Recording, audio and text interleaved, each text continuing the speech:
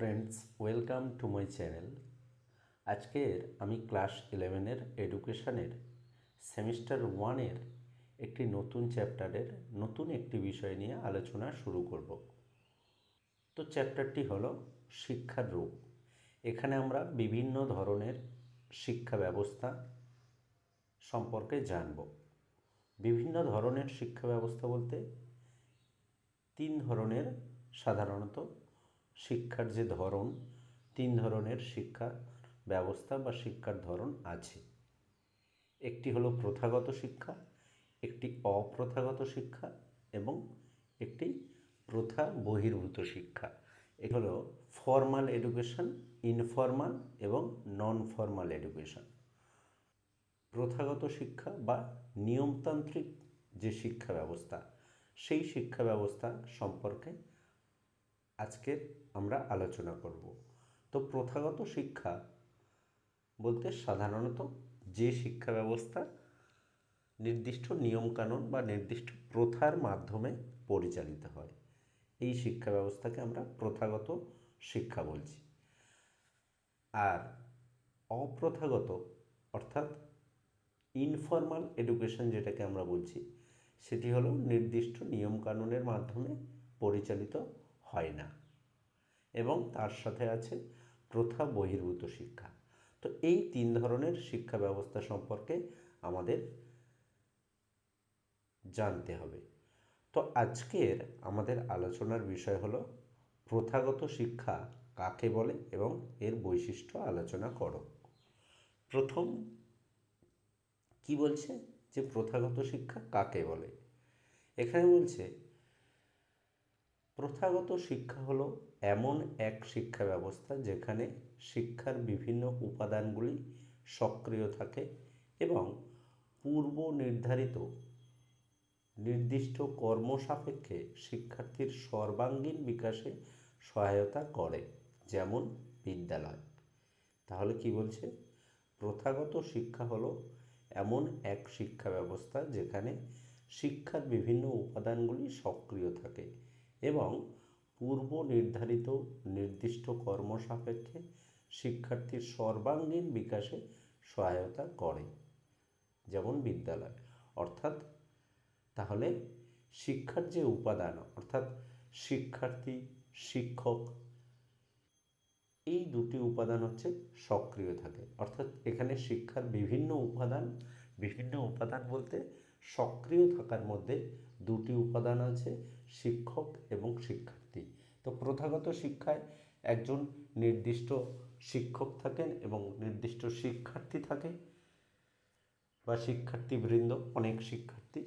তো সেই শিক্ষার্থীরা হচ্ছে সক্রিয় থাকে এবং পূর্ব নির্ধারিত নির্দিষ্ট কর্ম সাপেক্ষে, অর্থাৎ পূর্ব নির্ধারিত আগে থেকে ঠিক করা থাকে যে শিক্ষার্থীদের কোন বিষয় অবগত করা বা কোন বিষয় সম্পর্কে শিক্ষা দেওয়া হবে। তো সেই বিষয়ে, সেই যে নির্দিষ্ট বিষয়, সেই বিষয়ের সাপেক্ষে শিক্ষার্থীর সর্বাঙ্গীন বিকাশ অর্থাৎ সব ধরনের বিকাশ, শিক্ষার্থীর দৈহিক, মানসিক, প্রাক্ষবিক, সামাজিক, নৈতিক সব ধরনের বিকাশে সহায়তা করে এই যে শিক্ষা ব্যবস্থা, সেই শিক্ষাকে আমরা বলছি প্রথাগত শিক্ষা ব্যবস্থা বা প্রথাগত শিক্ষা। যেমন বিদ্যালয়, অর্থাৎ বিদ্যালয়ের মধ্যে শিক্ষক শিক্ষার্থী সক্রিয় থাকে এবং বিদ্যালয়ের যে বিষয়গুলো অনুশীলন করানো হয় সেগুলি সবই পূর্ব নির্ধারিত এবং এই বিদ্যালয়ের শিক্ষা শিক্ষার্থীর সর্বাঙ্গীন বিকাশে সাহায্য করে থাকে। তো এই ধরনের যে শিক্ষা, সেটাকে আমরা বলছি প্রথাগত শিক্ষা। আর প্রথাগত শিক্ষার একটি মাধ্যম হলো বিদ্যালয় বা প্রথাগত শিক্ষা কোথায় এটি অনুশীলন করা হয়? এটা হলো বিদ্যালয়। অর্থাৎ আমরা এই যে সাধারণ প্রথাগত যে বিদ্যালয়, এই যে বিদ্যালয়ে পড়াশোনা করছি, সেই বিদ্যালয়ের মাধ্যমেই প্রথাগত শিক্ষা পরিচালিত হয়। তারপর এখানে কি বলছে? প্রথাগত শিক্ষার বৈশিষ্ট্য। প্রথম বৈশিষ্ট্য কি বলছে? এটি একটি নির্দিষ্ট স্তর বিশিষ্ট শিক্ষা ব্যবস্থা। এখানে দেখো গ্রিন কালার দিয়ে হাইলাইট করা আছে, এগুলো হলো ওই পয়েন্টের কিওয়ার্ড। তোমরা এই কিওয়ার্ডগুলো মাথায় রেখে প্রত্যেকটা পয়েন্টকে তোমরা মনে করতে পারবে। তো সেই জন্য আমি গ্রিন কালার দিয়ে কিওয়ার্ডগুলো হাইলাইট করে দিয়েছি। তো প্রথম পয়েন্ট কি বলছে, এটি একটি নির্দিষ্ট স্তর বিশিষ্ট শিক্ষা ব্যবস্থা, অর্থাৎ প্রথাগত শিক্ষা একটি নির্দিষ্ট স্তর ওয়াইজ হচ্ছে চলতে থাকে। যেমন হচ্ছে কি, প্রথমে হচ্ছে প্রাথমিক স্তর, তারপর হচ্ছে মাধ্যমিক স্তর, উচ্চ মাধ্যমিক, তারপর হচ্ছে কলেজ স্তর, তারপরে ইউনিভার্সিটি। এই যে একটা নির্দিষ্ট স্তর ওয়াইজ, শৈশব, বাল্য, কৈশোর, এই শিক্ষার এই জীবন বিকাশের বিভিন্ন স্তরের সঙ্গে শিক্ষার বিভিন্ন স্তরের একটা সামঞ্জস্য বিধান আছে। সেই সামঞ্জস্য বিধানের সঙ্গে তাল মিলিয়ে বা সেই যে নির্দিষ্ট স্তরের সঙ্গে নির্দিষ্ট শিক্ষা ব্যবস্থার যে মিল, সেই তার সঙ্গে তাল মিলিয়ে এই শিক্ষা ব্যবস্থা পরিচালিত হয়ে থাকে। তো সেই জন্য বলছে এই শিক্ষা একটি নির্দিষ্ট স্তর বিশিষ্ট শিক্ষা ব্যবস্থা। এখানে কি পয়েন্ট হলো কি, নির্দিষ্ট স্তর, এই শব্দটাকে মনে রাখতে হবে। তারপর দ্বিতীয় পয়েন্ট কি বলছে, এই শিক্ষার নির্দিষ্ট পাঠ্যক্রম আছে, অর্থাৎ এই যে বিদ্যালয়ে যে শিক্ষা আমরা পড়ছি বা যেটা অনুশীলন করছি, সেই শিক্ষার নির্দিষ্ট পাঠ্যক্রম আছে, অর্থাৎ নির্দিষ্ট বিষয়ভিত্তিক পাঠ্যক্রম। নির্দিষ্ট বিষয় আগে থেকে ঠিক করা থাকে যে কোন ক্লাসে কোন স্তরে কোন বিষয়গুলো পড়ানো হবে, সেই স্তরের পাঠ্যক্রম, সেই ক্লাসের পাঠ্যক্রম কী হবে।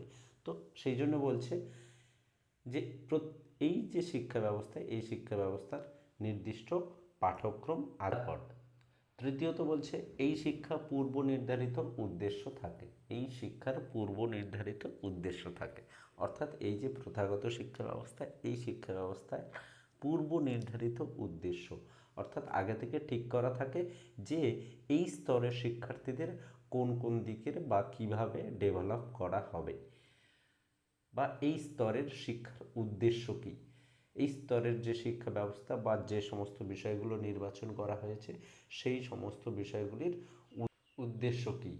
তো সেই জন্য বলছে যে এই শিক্ষা পূর্ব নির্ধারিত উদ্দেশ্য থাকে।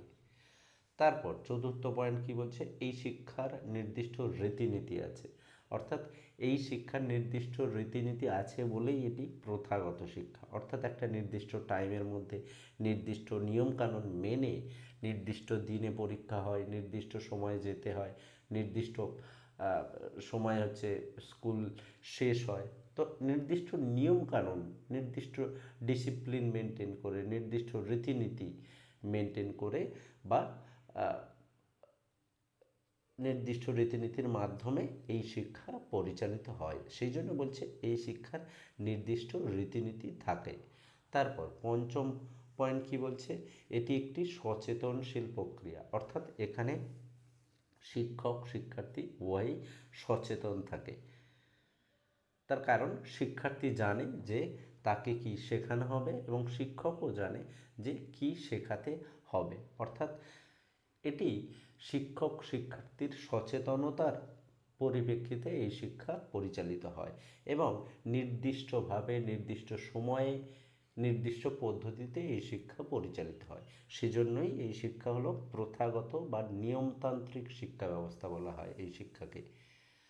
তারপর 6 নম্বর প্রশ্ন কি বলছে, এই শিক্ষার নির্দিষ্ট সময়কাল থাকে, অর্থাৎ প্রত্যেকটা স্তরের একটা নির্দিষ্ট সময় আছে। যেমন হচ্ছে কি, নির্দিষ্ট বয়সের সঙ্গে নির্দিষ্ট ক্লাসের একটা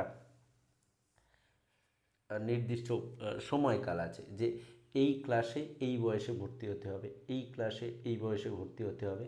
যে কোনো ক্লাসে কিন্তু যে কোনো বয়সে ভর্তি হওয়া যায় না এই নিয়মতান্ত্রিক শিক্ষা ব্যবস্থায়। এবং নির্দিষ্ট সময়ে তোমাকে স্কুলে যেতে হবে, নির্দিষ্ট সময় পরীক্ষা দিতে হবে। তো এই যে নির্দিষ্ট সময়, প্রত্যেকটা কাজ কিন্তু তার যথাযথ সময় আছে, সেই সময়ের ভিত্তিতে কিন্তু সেই কাজ পরিচালিত হবে। তো সেই জন্য বলছে এই শিক্ষার নির্দিষ্ট সময়কাল আছে। তারপর লাস্ট পয়েন্ট কি বলছে, এই শিক্ষার একটি অপরিহার্য অঙ্গ হলো পরীক্ষা ব্যবস্থা, অর্থাৎ এই শিক্ষা শেষে প্রত্যেকটা বছরের শেষে কি হয় না, পরীক্ষা দিতে হয়। সেই জন্য এখানে বলছে যে এই শিক্ষার একটি অপরিহার্য অঙ্গ হলো পরীক্ষা ব্যবস্থা। পরীক্ষা ব্যবস্থার মাধ্যমে আমরা পরীক্ষা করে থাকি, অর্থাৎ মূল্যায়নের মাধ্যমে আমরা জানতে পারি যে এই শিক্ষার উদ্দেশ্য কতটা সাফল্যমণ্ডিত হয়েছে, অর্থাৎ শিক্ষার্থীরা কতটা শিখেছে এবং তাদেরকে আরও কি শেখাতে হবে। তো সেই জন্য বলছি এই শিক্ষার একটি অপরিহার্য অঙ্গ হলো পরীক্ষা ব্যবস্থা। তো এই হলো প্রথাগত বা নিয়মতান্ত্রিক যে শিক্ষা ব্যবস্থা, এই শিক্ষা ব্যবস্থার বৈশিষ্ট্য। এখানে এই গ্রিন কালার দিয়ে যেগুলো হাইলাইট করা আছে এগুলো হচ্ছে প্রত্যেকটা পয়েন্টের কিওয়ার্ড। তোমরা এই কিওয়ার্ডগুলো মনে রাখো, তাহলে দেখবে প্রত্যেকটা বৈশিষ্ট্য তোমাদের মনে থাকবে। তো এইভাবে আমরা প্রত্যেকটা চ্যাপ্টারের প্রতিটা বিষয় ডিটেলসে আলোচনা করব এবং তার সাথে সাথে প্রতিটা চ্যাপ্টারের যে এমসিকিউ শর্ট প্রশ্ন, অর্থাৎ সেমিস্টার 1-এ তোমরা জানো যে শর্ট প্রশ্নের উপরে পরীক্ষা হবে, এমসিকিউ বেসড। তো এই এমসিকিউগুলো আমরা আনব। তো আজ এ পর্যন্ত, দেখা হবে পরের ভিডিওতে। ধন্যবাদ।